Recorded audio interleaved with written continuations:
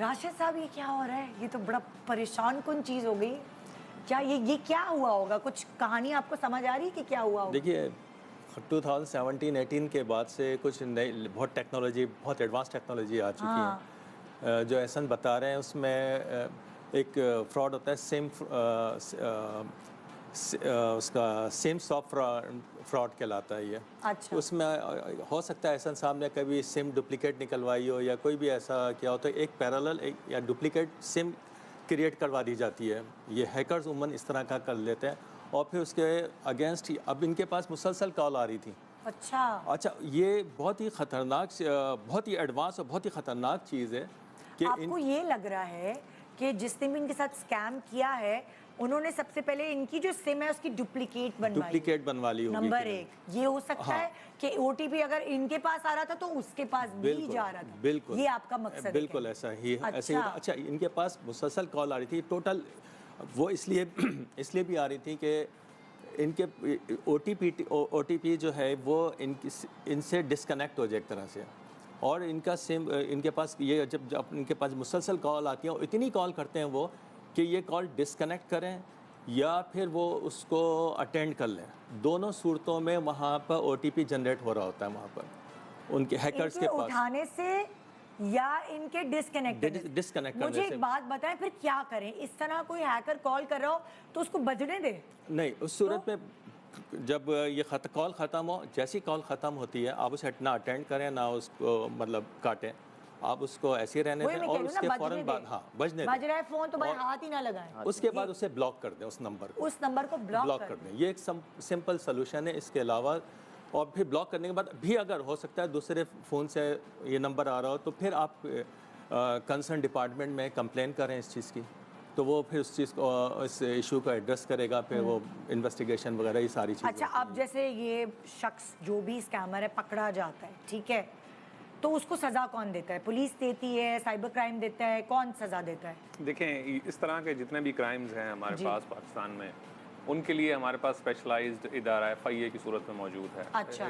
ये cyber crimes की ज़ुमरे में आता है जी। और साइबर क्राइम्स के हवाले से जो हमारे एक्ट्स हैं, इलेक्ट्रॉनिक क्राइम्स से रिलेटेड जो हमारे एक्ट हैं पाकिस्तान में प्रिवेंशन के, वो एक्ट्स, वो लॉज इस पे अप्लाई होते हैं। तो इस सूरत हाल में आई एम श्योर कि इन्होंने FIA में भी अपनी कुछ आइडिया है कितनी सज़ा है उसकी? इसकी 3 से 7 साल तक 3 से 7 साल तक की सज़ा है फ्रॉड करने वालों की। जी, मुख्तलिफ किसी की कोई ID यूज़ करे, इम्पर्सोनेशन करे, किसी को फ्रॉड इन्फॉर्मेशन दे, कोई ऐसी इन्फॉर्मेशन जिससे आप किसी भी शख्स की प्रॉपर्टी, चाहे वो पैसे की सूरत में है, चाहे किसी और सूरत में है, उसको आप हथियाने की कोशिश करें और उसकी मिस अप्रोप्रिएशन करें, तो उसकी सज़ाएं जो हैं हमारे कानून में मौजूद हैं। उसके लिए इनको आई एम श्योर कि इन्होंने FIA से रब्ता किया होगा।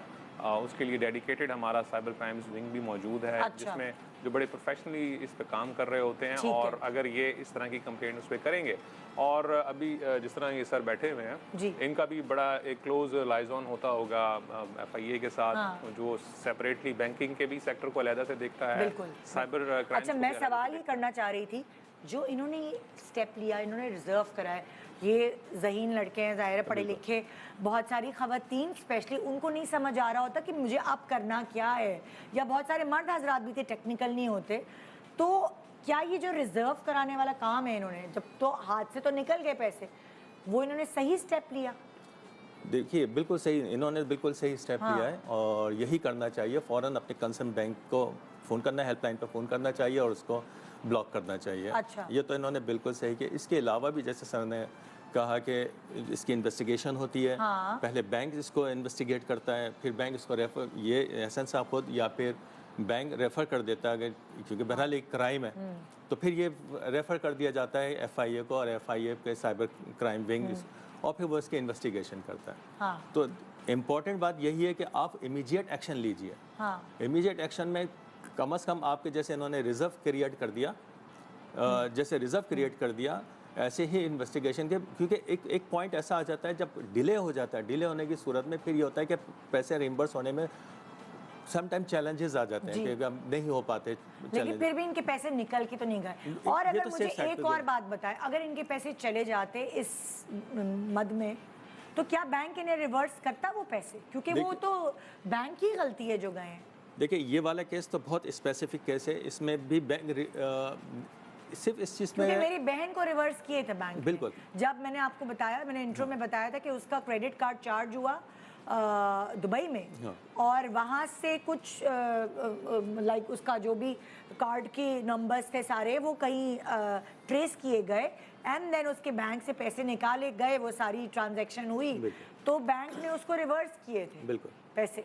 तो क्या इस सूरत में भी जो इनके साथ हुआ, क्या बैंक पैसे रिवर्स करता है? बिल्कुल उमन, इस तरह के केसेस में रिफंड किया जाता है। हाँ। जब इन्वेस्टिगेशन होती है तो फिर ये भी देखा जाता है कि जो हमारा कस्टमर है वो उसने कितना ब्रीच किया है। अगर उसकी साइड से कोई फॉल्ट नज़र आ जाता है तो फिर वो, जैसे कोई वायलेशन होती है, फॉर एग्जांपल वायलेशन ये हो गई कि डेटा हमारा जो डेटा ट्रांसफ़र हो गया, उसमें इसका इन साहब का कोई वो नहीं है, बैंक इनसाइडर होते हैं या फिर कहीं और से डेटा हैक हो जाता है, तो फिर इस सूरत में जब इनकी कोई नहीं है तो फिर इनको रिफंड हो जाएंगे पैसे। अच्छा।